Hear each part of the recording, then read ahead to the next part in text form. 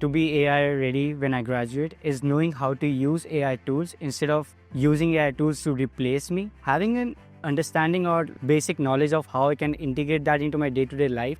At AWS, we use what's known as the working backwards mechanism to support how we innovate on behalf of our customers. So under this approach, we start any new project by really envisioning what we want the future state to be.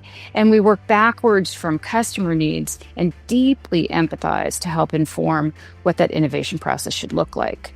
So when it comes to charting agentic AI and the student experience, it's critical that we start with hearing what our students, our faculty, and others really need when it comes to AI. And that, in turn, informs how we approach the higher education experience and what comes next. And we are so very proud to have students at ASU helping to drive AI innovations that positively impact public sector organizations around the globe. A tool that I use, and the tools that I've used with AI are constantly changing. So I see Agentic AI as kind of the next step for a lot of the AI tools that are already out there. And once you integrate agents, being able to access various resources and being able to kind of talk to themselves and delegate tasks, kind of experiment with new stuff as it comes out and say, well, this has these strengths versus these weaknesses, it really brings kind of another level. I am a UX designer, but they haven't confined me to that domain.